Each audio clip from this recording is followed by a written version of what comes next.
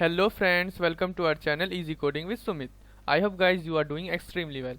Friends, if you haven't subscribed the channel yet, please subscribe this channel and hit the notification icon to get the latest update first. Okay guys, without wasting any time, let's get started. तो friends आज के इस video में हम increment और decrement operator के बारे में पढ़ेंगे कि हम इसका यूज़ जो है अपने लूप स्टेटमेंट में कैसे करते हैं और ये प्री इंक्रीमेंट ऑपरेटर और पोस्ट इंक्रीमेंट ऑपरेटर्स क्या होते हैं।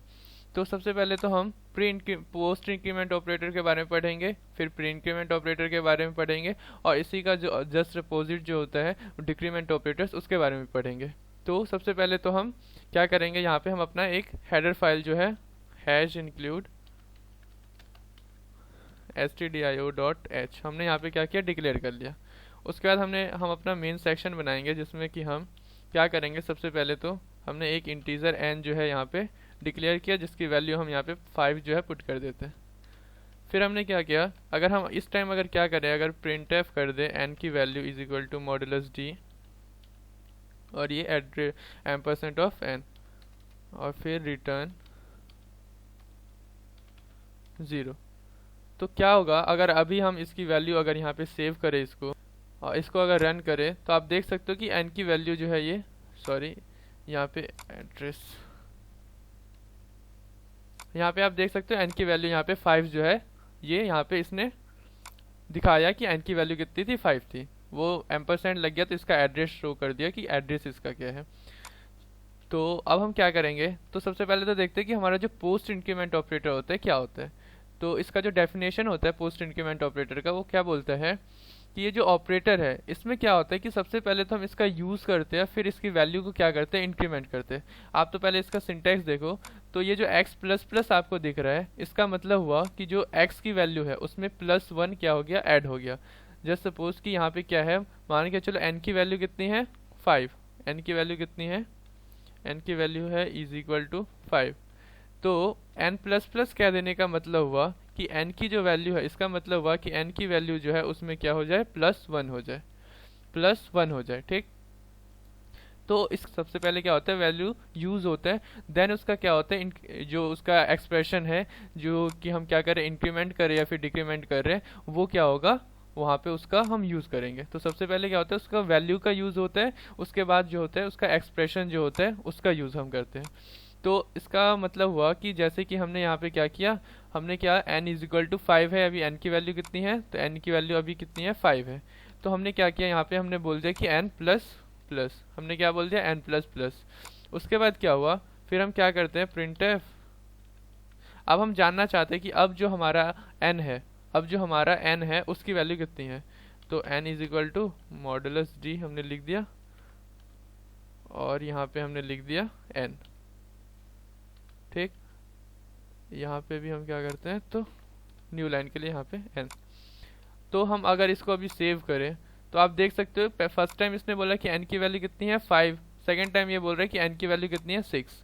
तो यहाँ पे हुआ क्या, इसका मतलब क्या हुआ कि पहले इसका यूज़ करो फिर इसकी वैल्यू को इंक्रीमेंट करो। तो इसका मतलब हुआ कि मान के चलो क्या हुआ, n की वैल्यू यहाँ पे कितनी है 5 है, तो ये क्या हुआ, तो सबसे पहले हमने उसका क्या किया, यूज़ किया। तो यूज़ मतलब क्या हुआ, हमने यहाँ पे उसका यूज़ अभी हमने इस वाले जो मेन सेक्शन में n का क्या यूज़ किया। तो सबसे पहले हमने क्या किया, n की वैल्यू को यहाँ पे हमने प्रिंट करवाया, तो वो उसका क्या हुआ, यूज़ हुआ। तो हमने n की वैल्यू 5 यहाँ पे पुट किया, जो हमने यहाँ पे डिक्लेयर किया। उसके बाद हमने क्या किया, उसका यूज़ किया, n की वैल्यू हमने यहाँ पे क्या किया, सबसे पहले प्रिंट करवा दिया। उसके बाद जा करके क्या हुआ, ये n प्लस प्लस हुआ, मतलब n की वैल्यू जितनी भी थी, n की वैल्यू जितनी भी थी उसमें क्या हो गया, n is equal to n plus 1 हो गया, n की वैल्यू n प्लस 1।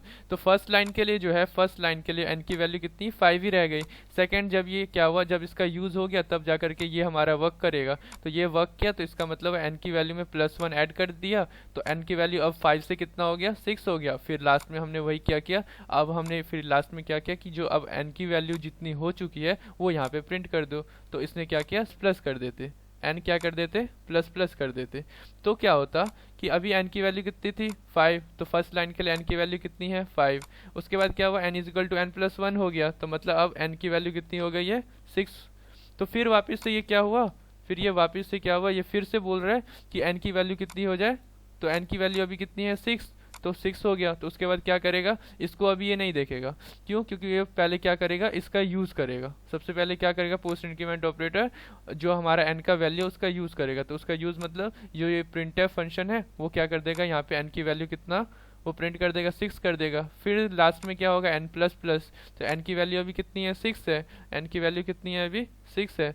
तो लास्ट में क्या कर देगा, n की वैल्यू में n प्लस 1 कर देगा। तो इससे क्या हो जाएगा, n की वैल्यू पहले कितनी थी, 6, वो प्लस 1, तो इज इक्वल टू कितना हो गया, 7 हो गया।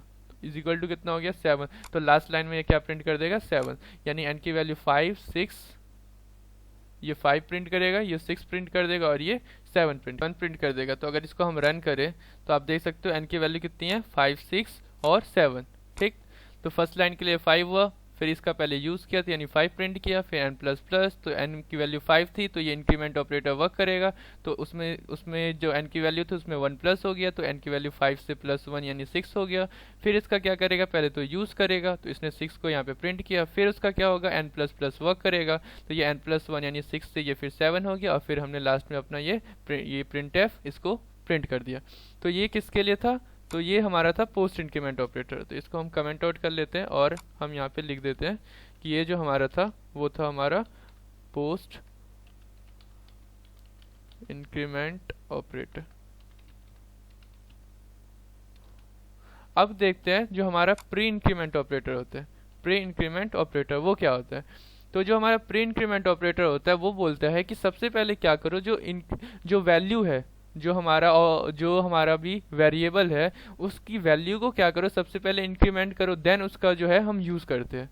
तो इसमें क्या हो रहा था कि इसमें हम क्या कर रहे थे, तो सबसे पहले हम क्या कर रहे थे, तो जो हमारा इसका हम पहले यूज कर रहे थे, जो हमने printf करवाने के लिए क्या किया, इसका यूज किया, देन लास्ट में हमने क्या किया, इसकी वैल्यू को हमने इंक्रीमेंट कर दिया।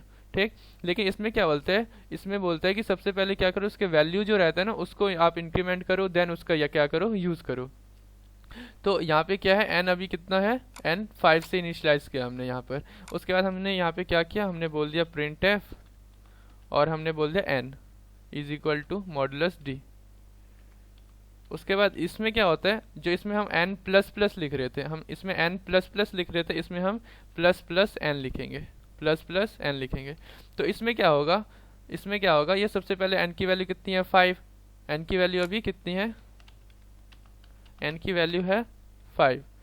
तो ये सबसे पहले क्या करेगा, n की वैल्यू 5 है, वो इधर ना, इस बार इसका यूज ना करके ये सबसे पहले क्या करेगा, प्लस प्लस n जो है यानी कि n में, यानी n की वैल्यू में प्लस 1 ऐड करेगा। सबसे पहले तो ये n क्या करेगा, ये प्लस 1 ऐड कर देगा। तो प्लस 1 ऐड करेगा तो इसकी वैल्यू कितनी हो जाएगी, 6 हो जाएगी। उसके बाद जा करके ये क्या करेगा, इसको प्रिंट कर देगा।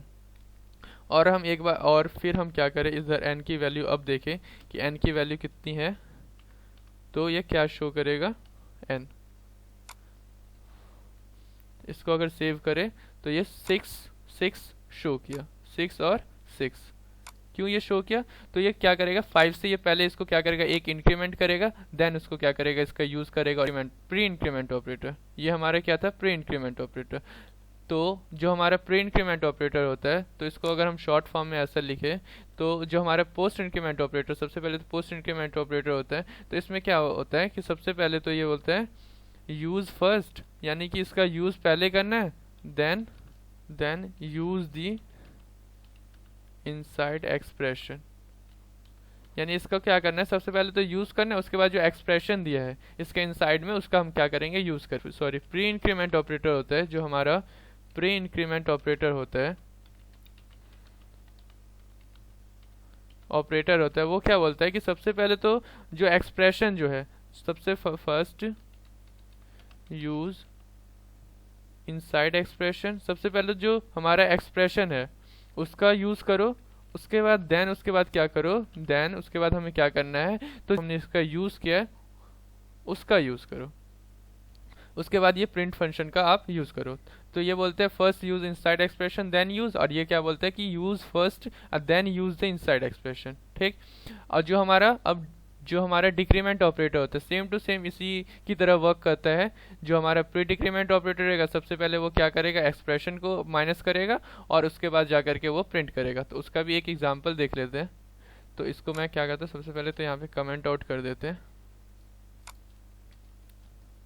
और यहाँ पे हम लिख देते क्या, तो पोस्ट डिक्रीमेंट ऑपरेटर, पोस्ट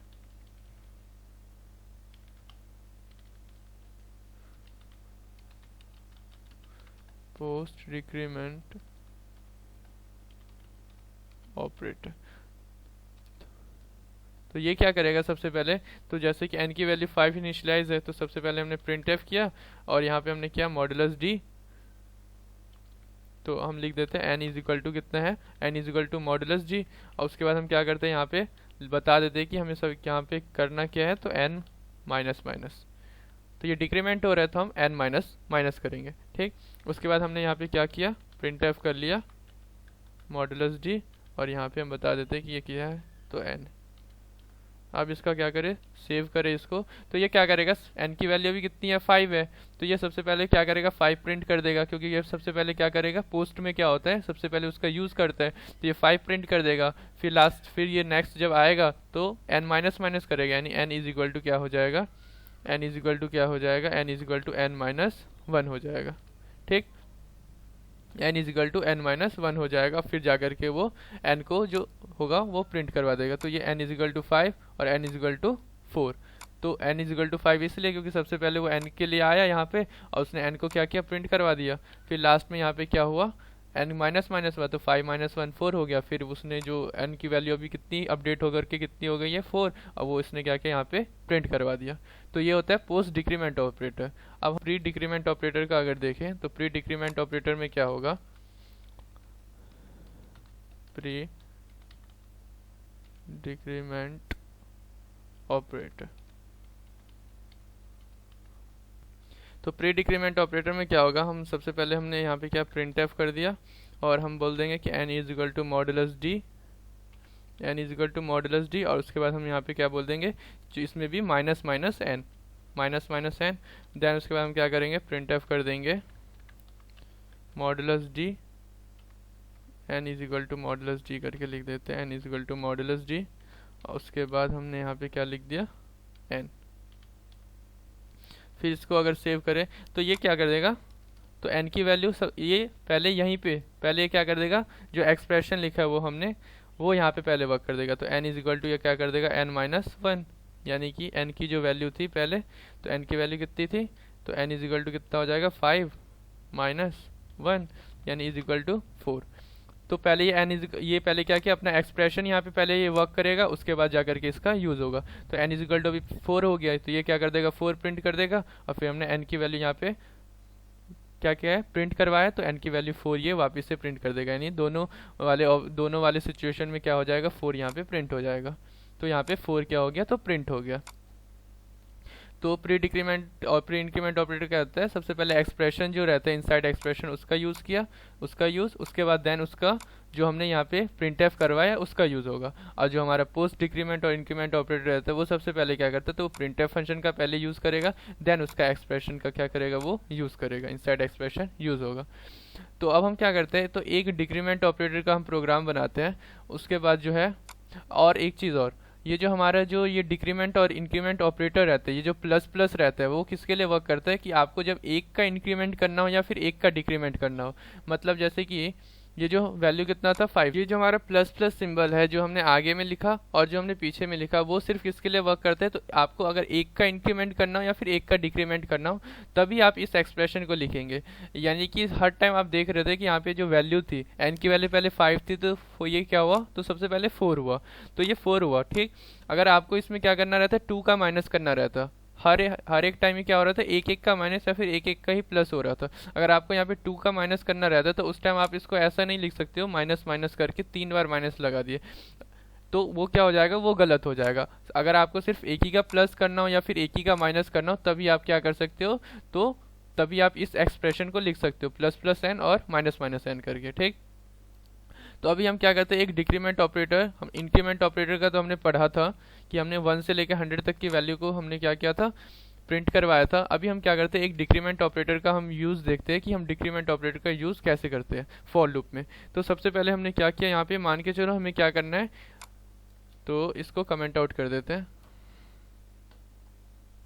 तो सबसे पहले हम क्या करते हैं, यूज़र से ना हम एक नंबर इनपुट कर लेते हैं कि आपको नंबर कहाँ से स्टार्ट करना है और कहाँ तक उस नंबर को ले जाना है, उस बीच में जितने भी नंबर आएंगे उसको हम क्या कर देंगे, प्रिंट कर देंगे, वो भी डिसेंडिंग फॉर्म में। बोलेंगे क्या कि ग्रेटर वैल्यू फर्स्ट उसको क्या करना है, इनपुट करना है, यानी कि अगर उसने 100 इनपुट किया फर्स्ट टाइम तो सेकंड टाइम जो है उसको 100 से कम वाला नंबर इनपुट करना है। अगर फर्स्ट टाइम उसने 100 किया, सेकंड टाइम उसने 25 किया, तो 100 से लेकर 25 के बीच जितने भी नंबर्स है उन सभी को हम क्या करेंगे, यहाँ पे अभी प्रिंट करवाएंगे। तो सबसे पहले हम क्या करते हैं, यहाँ पे ए और बी डिक्लेयर कर देते हैं, ये अच्छा रहेगा। उसके बाद हम क्या करेंगे, हम यहाँ पे प्रिंट एफ करेंगे और हम यूज़र को बोलेंगे कि enter greater number first, enter greater number first. हमने बोल दिया कि ग्रेटर नंबर फर्स्ट उसको क्या करना है, एंटर करना है। तो हमने यहाँ पे ये नंबर इससे क्या किया, एंटर करवाया। उसके बाद हम स्कैनएफ उसका भी हम यहाँ पे इनपुट ले लेंगे।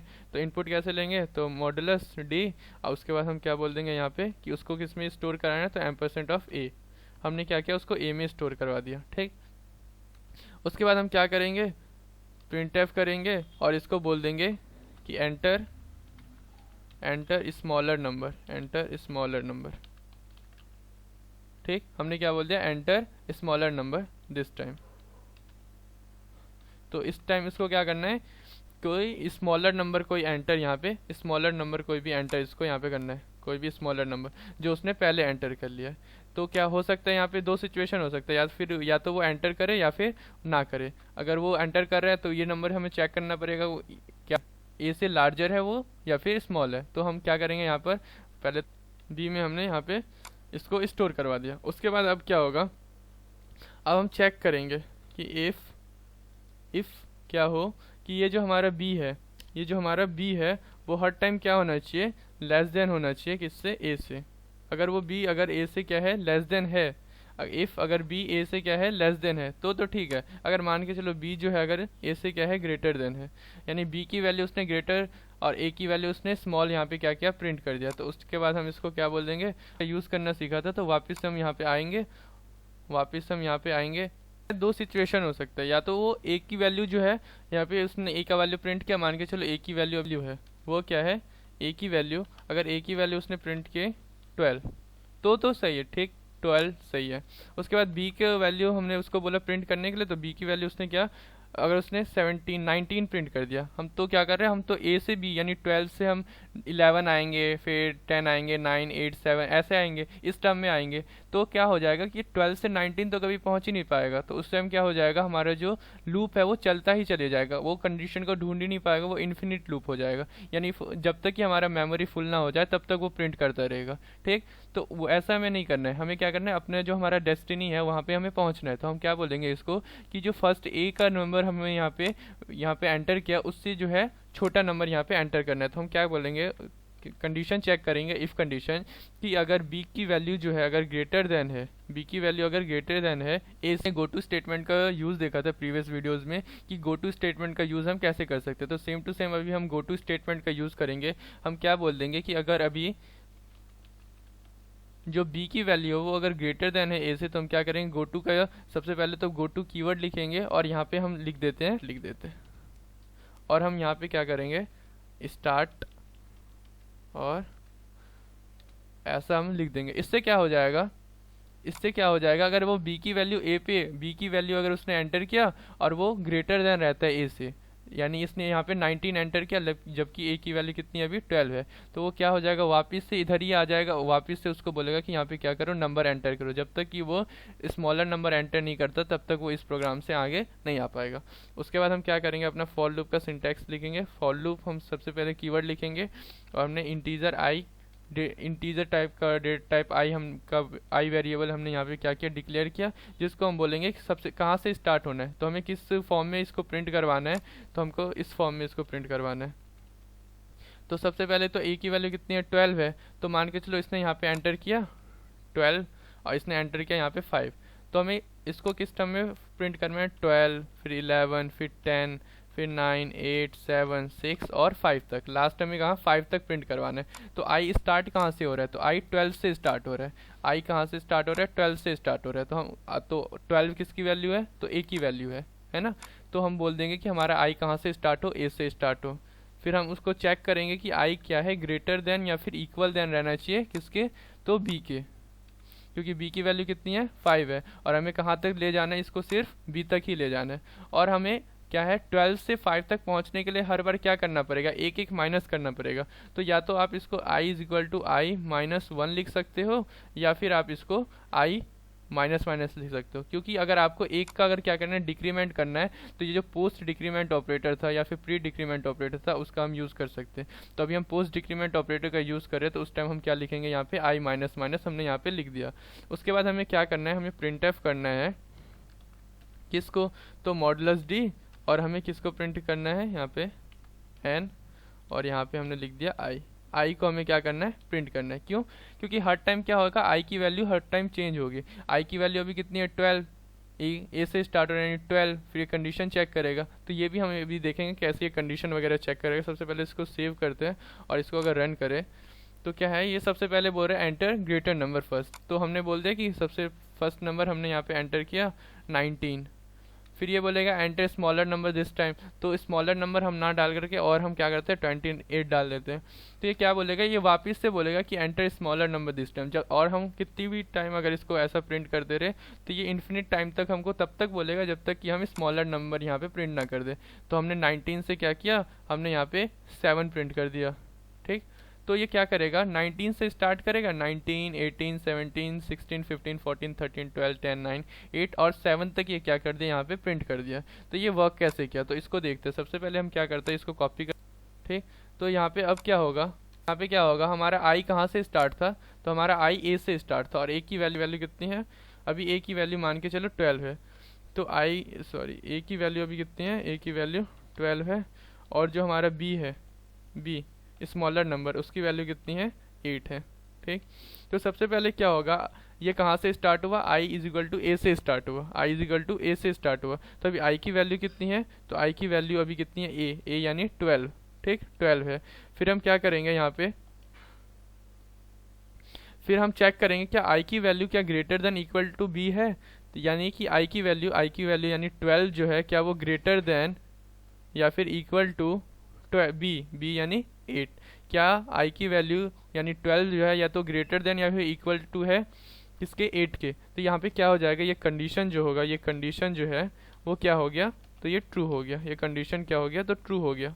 तो ये जैसे ये कंडीशन ट्रू होगा उसके बाद ये हमारा जो प्रिंट वाला जो ब्लॉक ऑफ कोड था ये वहाँ पे आएगा और यहाँ पे एग्जीक्यूट कर देगा। तो यहाँ पे हमने क्या प्रिंट करवाया i, तो i की वैल्यू कितनी है अभी 12। तो यहाँ पे क्या हो गया, ये 12 को क्या कर देगा, क्या कर देते हैं यहाँ पे, सबसे पहले तो मैं यहाँ पे लिख देता हूँ कि जो हमारा i है उसकी वैल्यू सबसे पहले यहाँ पे क्या 12 हमने क्या किया यहाँ पे प्रिंट कर दिया। यानी अभी सबसे पहले आउटपुट में क्या आएगा 12 आएगा, कि जो हमारा 12 है उसमें क्या हो i माइनस माइनस, और लास्ट में जो अपडेशन वाला ये जो एक्सप्रेशन है ये वर्क करेगा। तो i माइनस माइनस मतलब एक का माइनस करना है सिर्फ। तो i माइनस माइनस यानी ये i की वैल्यू अब कितनी हो जाएगी, तो i की value 12 minus 1 is equal to 11। अब i की वैल्यू कितनी है 11। तो इसको मैं क्या करता हूँ कर्ली ब्रैकेट में इसको क्लोज और ओपन कर देता हूँ। उसके बाद वापस से इसको क्या होगा, अब i की वैल्यू कितनी है, अब i की वैल्यू है 11। तो ये चेक करेगा क्या 11 जो है ग्रेटर देन इक्वल टू 8 है। तो ये कंडीशन वापस से अगेन क्या हो गया, ये ट्रू हो गया, और वापस से ये 11 यहाँ पे क्या कर देगा प्रिंट कर देगा। पता लगेगा कि हमारा क्या आउटपुट वाला लेयर है। ठीक, तो इसको क्या करते हैं अब, तो वापस से अब क्या हो जाएगा, i की वैल्यू कितनी है 11। तो ये हमारा आउटपुट जो पहले 12 था इधर अब क्या हो जाएगा 11 भी आ जाएगा। अब क्या हो गया यहाँ पे 11 भी आ गया। अगेन हम क्या हो जाएगा, ये जो हमारा i था इसकी वैल्यू कितना पहले 11, इसमें 1 माइनस यानी कि अब कितना हो गया, ये 10 हो गया। अगेन इसको क्या करते हैं, हमने कॉपी किया और पेस्ट। अब क्या होगा, जो i की वैल्यू कितनी है 11 से कितना हो गया था 10 हो गया था, तो ये 10। अगेन ये चेक करेगा क्या 10 जो है ग्रेटर देन इक्वल टू 8 है। तो वापस से ये कंडीशन ट्रू हो गया, ये प्रिंट एफ कर देगा किसको 10 को प्रिंट कर देगा। और फिर ये सबसे पहले तो जो हमारा पहले 12 11 था, अब ये कितना जो है ये 11, अभी ये कितना हो गया, ये 10 हो गया। तो वापस से क्या करेगा, ये 10 माइनस 1 लास्ट में एक का ये अपडेशन करेगा, यानी एक का ये डिक्रीमेंट करेगा। तो ये 11 माइनस 1 कितना हो गया, ये 9, 10 माइनस 1 सॉरी ये 9 हो गया। वापस से ये क्या करेगा, इसको हम क्या करते हैं कॉपी। तो अभी कितना है i की वैल्यू अब 9, i की वैल्यू 9। तो ये चेक करेगा क्या 9 जो है ग्रेटर देन या फिर इक्वल टू है 8 के लिए। तो ये कंडीशन अगेन ये क्या हो जाएगा ट्रू हो जाएगा, और ये 9 को यहाँ पे 9 को यहाँ पे प्रिंट कर देगा। और फिर ये क्या करेगा, यहाँ पे 10 था, अब क्या हो जाएगा 9 हो जाएगा। उसके बाद क्या करेगा, ये आई इज इक्वल टू जो हमारा आई का वैल्यू है उसमें क्या हो जाएगा 1 माइनस हो जाएगा। तो आई का वैल्यू कितना है 9, तो 9 में से 1 माइनस हो गया तो कितना हो जाएगा, ये 8 हो जाएगा। ये कितना हो जाएगा 8 हो जाएगा। अगेन ये क्या करेगा, अगेन अभी ये क्या करेगा, अभी ये यहाँ से एग्जिट नहीं होगा। अभी ये जब तक कंडीशन ये चेक करता रहेगा तब जब तक कि ये अपने इसका जो डेस्टिनी पॉइंट है वहाँ उसको ये क्या कर जाए, मैट ना कर जाए, यानी वहाँ पे वो मिल ना जाए, ठीक ना। तो अब ये 9 के लिए चेक करेगा। अभी आई का वैल्यू अब कितना हो गया, सॉरी 8 हो गया, तो अब ये 8 के लिए चेक करेगा। क्या 8 जो है वो ग्रेटर देन इक्वल टू 8 है, तो ये कंडीशन अगेन क्या हो गया, ट्रू हो गया, क्योंकि ग्रेटर देन तो नहीं है लेकिन इक्वल टू 8 है, तो ये कंडीशन अगेन क्या हो गया, ट्रू हो गया। और ये क्या कर देगा, 8 को यहाँ पे प्रिंट कर देगा, तो ये हमारा आउटपुट में भी 8 भी आ जाएगा। और फिर ये इसको क्या कर देगा, अपडेट कर देगा, तो 8 माइनस 1 कितना हो जाएगा, ये 7 हो जाएगा। 8 माइनस 1 कितना हो गया, ये 7 हो गया। फिर ये क्या करेगा, वापस से अभी ये यहाँ से एग्जिट तो होगा नहीं, क्योंकि अभी तो इसको कंडीशन हमेशा बस ट्रू ही मिल रहा है। तो अब ये क्या करेगा, अब ये 7 के लिए चेक करेगा, क्या 7 जो है ग्रेटर देन इक्वल टू है, 7 क्या ग्रेटर देन इक्वल टू 8 है। तो ये कंडीशन अब क्या हो गया, यहाँ पे फॉल्स हो गया। अब ये क्या हो गया, यहाँ पे फॉल्स हो गया। तो जैसे ये कंडीशन फॉल्स हो जाएगा, ये यहाँ से क्या हो जाएगा, एग्जिट हो जाएगा, और आउटपुट में हमारा ये आ जाएगा, आउटपुट में हमारा ये 12 11 10 9 8 आ जाएगा, ठीक। अगर हम यहाँ पे क्या करते, हमें यहाँ पे मान के चलो आपको 2 का अपडेशन कराना रहता, 2 का डिक्रीमेंट कराना रहता, उस टाइम आप क्या कर सकते थे, I is equal to I minus 2 लिख सकते थे, I is equal to I minus 2 लिख सकते थे। मान के चलो इसको हमने जैसे सेव किया और रन किया, तो ये क्या बोला, इसको मैं पहले डिलीट कर देता हूँ। इसको क्या, इसने मेरे को बोला फर्स्ट नंबर डालने के लिए, तो मैंने कहा फर्स्ट नंबर 100, सेकेंड नंबर इसने बोला तो मैंने बोला 50।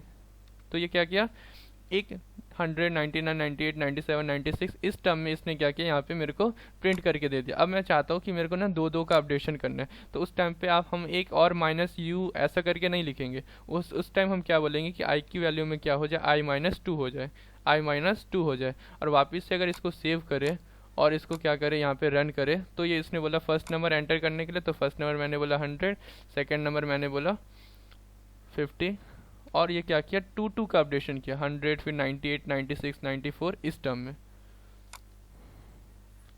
तो इस तरह से हम अपने फॉर लूप के अंदर जो है इंक्रीमेंट और डिक्रीमेंट ऑपरेटर का यूज़ हम कर सकते हैं। आई होप गाइज आपको वीडियो पसंद आया होगा। गाइज अगर आपको वीडियो पसंद आए तो प्लीज़ वीडियो को लाइक करें और चैनल को सब्सक्राइब ज़रूर करें।